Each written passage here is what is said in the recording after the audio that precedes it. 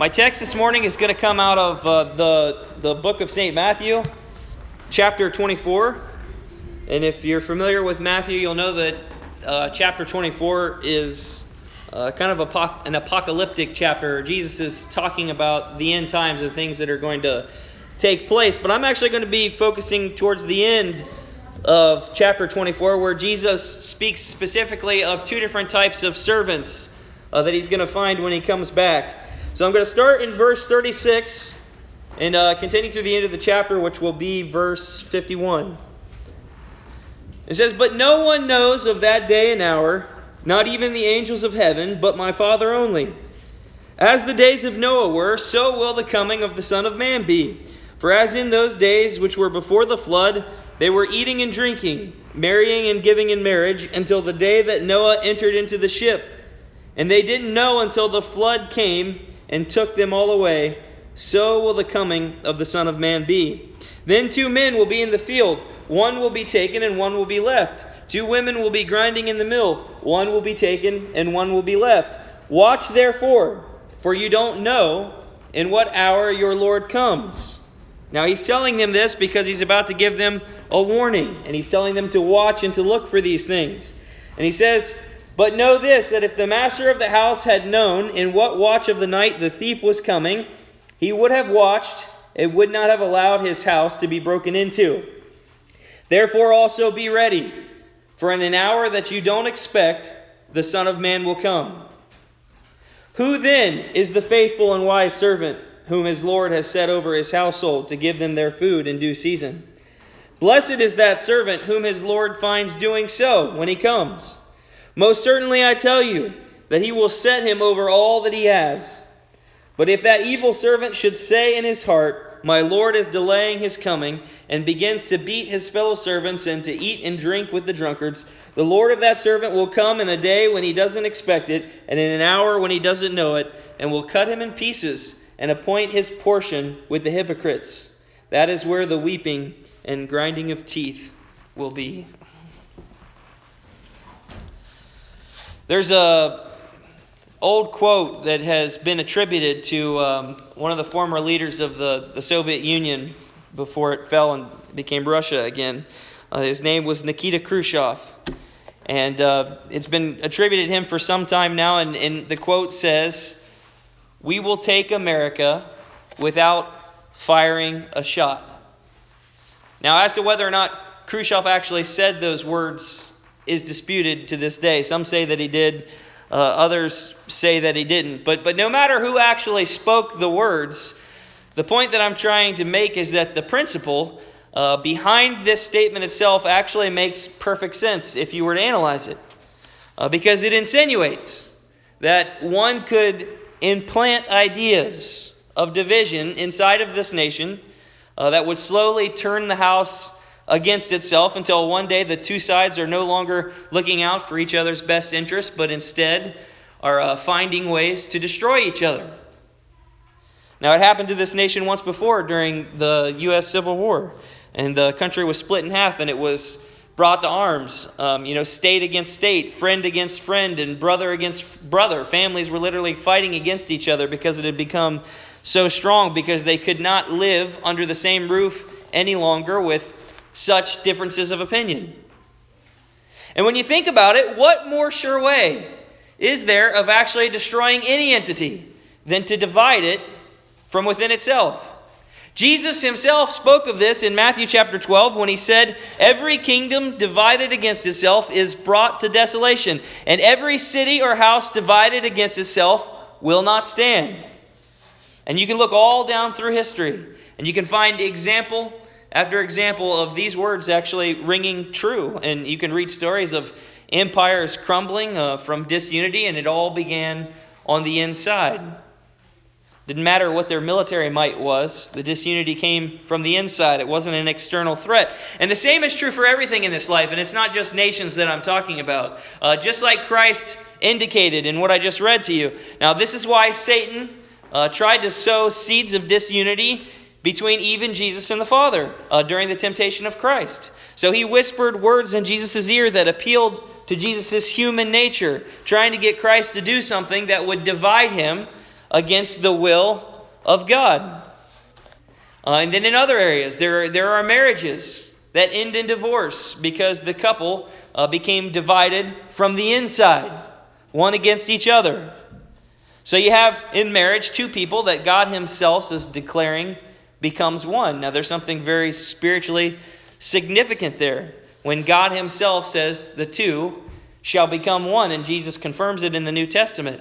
So we're no longer talking, yes, we're still maybe looking at a husband and a wife, two physical beings, but spiritually speaking, God is saying that now there is one being with these two combined. So God's math is a little bit different than ours, because 1 + 1 = 1 when it comes to marriage.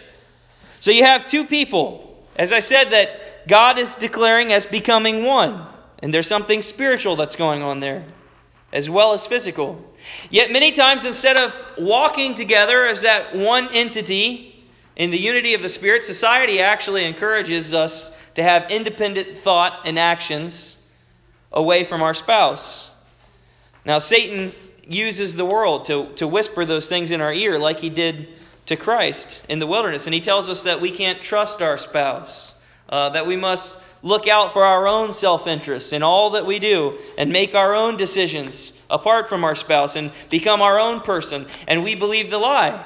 And then this singular entity that was once one flesh in God's sight starts to literally rip itself in half as it walks in two separate directions, because you can't have a husband and wife walking in two separate directions and expect them to stay together. And then the divorce comes. So it really is no wonder that divorce is actually such an emotionally traumatizing experience from the Christian perspective, because for both of the partners it's a traumatizing experience, and for any children that are involved, because the fact of the matter is, as I said, you have one spiritual being that is literally being torn in half. So one family dissolved, and they call it irreconcilable differences, which is where I'm getting at here. And also along with this, friendships have also ended over division that started on the inside. Now, how many men down through the ages have never spoken to their best friend again because they were divided over a girl, or they were fighting over a girl? And in some cases, women who fought over a man with their best friend, and then they never spoke again because they had this division in their life. And then there are some arguments like politics that in toxic environments like the one that we currently live in today are almost guaranteed to be greater than the friendship itself and to cause a dissolution. In fact, I remember hearing a story once Billy Graham told, I thought was kind of humorous, about a guy who lived back during the Civil War, and he had family in the North, and he had friends in the South, and he had lived in both places, and he wanted to try to appease both sides because he knew they hated each other. So he decided that he was going to wear gray trousers and a blue jacket, and he walked into town, and instead of appeasing him, he said they shot at him from both sides. And then there are people who even commit suicide because they're so emotionally conflicted and divided from inside of themselves. Now that's a hard one to wrap your head around, but they're divided inside. Just one person we're talking about. They don't know which emotions they can trust and which ones they can't, because society preaches to them every day that they can find the answers to all of their questions by looking inside to their hearts. And yet when they look to their heart, they see a flood of different emotions that are crashing almost like a tsunami upon their soul, and it confuses them, and they finally get to a point where they can't take it anymore and the pain is too much, and they kill themselves. So you see, the point that I'm making here is that there is no better way to destroy anything, whether it be a nation, a friendship, a marriage, an individual, or even a church, than to spread the seeds of division from the inside. Because you don't even have to get yourself dirty in order to take someone out this way. You don't have to go to war or even fire a single shot like Khrushchev allegedly said. You don't have to yell. You can do it all by just whispering. They don't even know what you're doing. And the beauty about using this tactic is that the victim doesn't even realize who their actual enemy is, because you're turning them against someone else, making them think that that's their enemy, when you're the one that's intentionally trying to tear them down. That's what Khrushchev was allegedly speaking on. And not only does it set an entity on course for eventual destruction, because they all head that way once the disunity starts, but it also makes them totally ineffective in their mission in the meantime, because they're utterly consumed with what they're dealing with and what they're upset about and what the division is over. I read on the news this past week about a struggling little United Methodist church. And the Methodist church seems to be making the news a lot lately. But this was a struggling little United Methodist church that was in the growing community of Cottage Grove, Minnesota. And the article that I read said that they are an aging congregation of mostly older people, and that the church is small, and that it's stagnant, and it hasn't been able to attract new members for many years.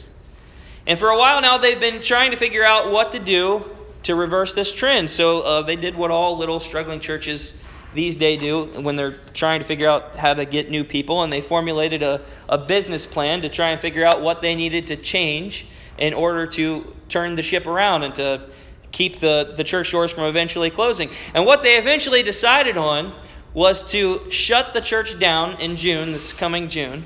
So it's still open right now. And then I can't remember how many long, but a few months, I think at least, do some remodeling. They were going to dump a lot of denominational money into it. I think the United Methodist Church was going to dump like $200,000 or something like that into it to make it more modern and appealing. And then they were going to reopen it later this year in hopes of attracting new people, because again, it's in this area that's growing. So it's not like the city that it's in is actually dying off. So they're just hoping to do these things to bring in these new people. But there was only one catch, though, with this plan. You see, the original congregation of older people that were still faithfully attending were not quite invited to be a part of this new ministry. In fact, they were asked to leave by the church. A memo went out that actually asked them to stay away for at least 2 years, and even then to consult, quote, with the pastor before reapplying for membership. Now that's the part that actually made the headlines. It wasn't that the church was going to close down and reopen back up. It made the headlines because many of these people were angry and they told the news about it, and then it made national news. Now that a church had the nerve to actually ask its older members to leave and to find other places of worship so that they could try to attract younger parishioners at that location, that's why it ended up making the news. In other words, what they were saying was, and what people were seeing was, the leadership of the church was saying, we can't quite figure out what else could possibly be stopping us from growing, so you guys must actually be the problem, and we just would kind of like you to go.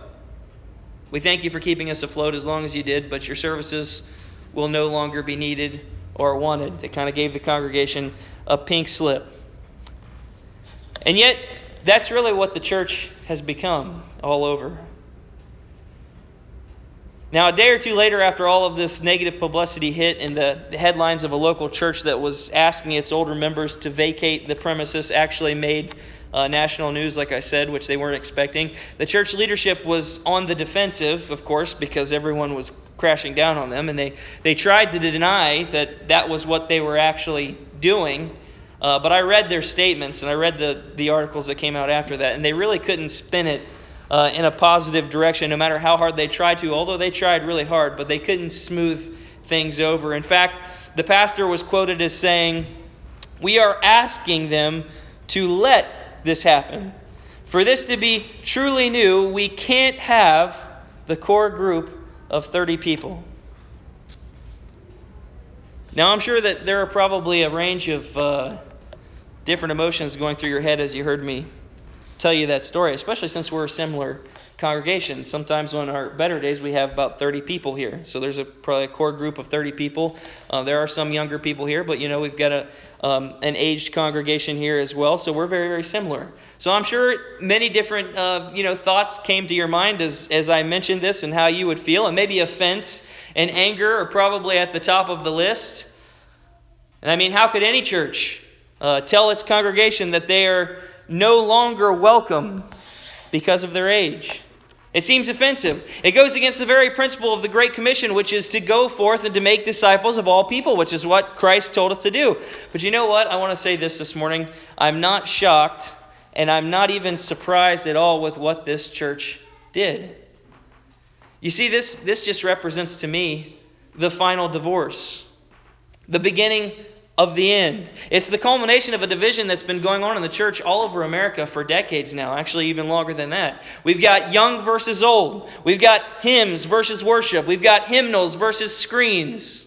In some denominations like the Church of Christ, we've got the piano versus a cappella, pews versus chairs, suit and tie versus t-shirts and blue jeans. Quiet and reserved versus loud and boisterous. The feeling of something sacred and holy when you walk into the building versus the feeling of maybe a coffee shop. Traditional versus contemporary.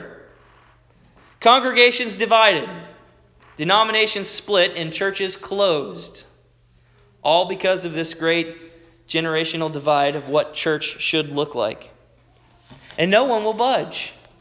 No one will concede to the other out of love. Our attitude is it's either my way or it's the highway, even if it spells death to the entire body, which happened in Cottage Grove. Even if we have to close and reboot like we're a business. You see, the battle lines are drawn, and the Church of Jesus Christ is literally at war within itself over some of the most foolish things imaginable. And the whole time, the enemy is whispering in our ears like he did to Christ out in the wilderness, like he did to Eve in the Garden of Eden, getting us all worked up inside like these things are the essentials to our faith. And he's saying to us, you know within your heart that this is not the right way that you should be doing church. And I want to point out that there's always a half-truth with what Satan says. There's always a half-truth because he's trying to catch us in something. There was a half-truth when he was talking to Eve in the garden. Yeah, Eve was going to get knowledge. There was a half-truth there. But she was also going to get death. There's a half-truth when Satan was talking to Jesus in the wilderness. He was hungry. Jesus could have spoken to that bread. He could have done that. But he's also not supposed to tempt the Lord. And so we take Satan's advice and we listen to our hearts, young and old alike. In fact, it's probably the one common thing that both actually do in this argument. And yet, we do this, and we still come to very different conclusions by consulting our heart. And I find this interesting. And I find it interesting because taking advice from our heart is a universal mistake. And the reason for that is because God said that we can't trust our hearts. Jeremiah chapter 17 verse 9 says, the heart is deceitful above all things and is exceedingly corrupt. Who can know it? And Jesus said in Matthew chapter 15, for out of the heart come forth evil thoughts, murders, adultery, sexual sins, thefts, false testimony, and blasphemy. And these are the things which defile the man. You see, our hearts are perverted. And they're perverted because of the sin nature that we have inherited. They're totally interested in themselves. They're self-centered. They're geared towards what we want, what we desire, and what we think is right.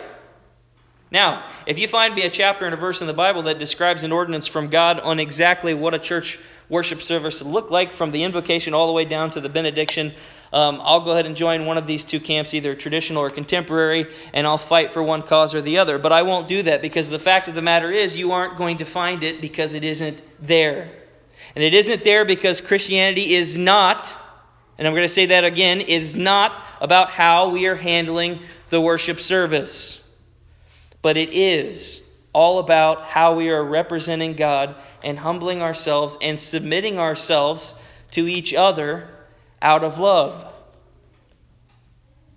You see, it's like what Jesus said. He was speaking to the Pharisees and the teachers of religious law, and he says, you tithe mint and cumin, but you've neglected the weightier matters of the law. And then he said you should have done these things and also not neglected tithing. In other words, he says you've picked certain things that you want to do and certain things that you find important. But then these other things that are actually weightier, in other words, there's more of a reason to do them, you're ignoring. But you're considering yourself holy from these first things that really have no significance. You see, this issue that has set the church at odds with against each other This great divide that has kind of deepened the wound in the body of Christ to the point where congregations are now asking one group or the other to just go away because they're dragging each other down, and then they gear their services towards one or the other, but not towards both. This major divisive controversy, it isn't in the Bible because it was fabricated by the devil in order to divide the house from within and to take it down without ever having to fire a single shot. But I want to tell you what is in the Bible. Plain and simple, this is in there. Yet again, it's very much ignored, like Jesus was speaking to the Pharisees. In the Bible is a little passage that we read this morning where Jesus asks a simple question. He said, "Who then is the faithful and wise servant?" Now, he didn't say it was the one who was safeguarding, traditional music or traditional service order. Nor did he say that it was the one that was blazing new paths for the next generation to feel more comfortable or at home in. Because the faithful servant isn't shallow. The faithful servant isn't concerned about just putting on a show for people to enjoy for 2 hours every Sunday and to have more numbers in the seat. The faithful servant is exactly what this word servant implies. It is someone whose own self-interests are sacrificed for the cause of their master. Music or liturgy does not matter to them. People matter to them because the faithful servant has denied their own heart and is seeking after the very heart of Christ, which is the only heart that we can trust. You see, Jesus said that faithful servant is the one whom his Lord has set over his household to give them their food in due season. Now, I want to point out there that he said the whole household. And that means the whole household. It means the elderly. It means the middle-aged. It means the young parents. It means the teenagers. It means the children. And it means the babies. It means the whole household, what it said. And then he said, "Blessed is that servant whom his Lord finds doing so when he comes."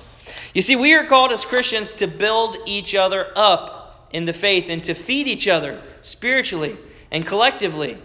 Not to bicker and to tear each other down and then go off and hide in our little cliques and formulate churches that are just based off of the type of people that we're trying to attract instead of the whole entire body of Christ. You see, the word church actually comes from the Greek word ekklesia or ecclesia, which means assembly. Now, we translate it into church, but it actually means assembly.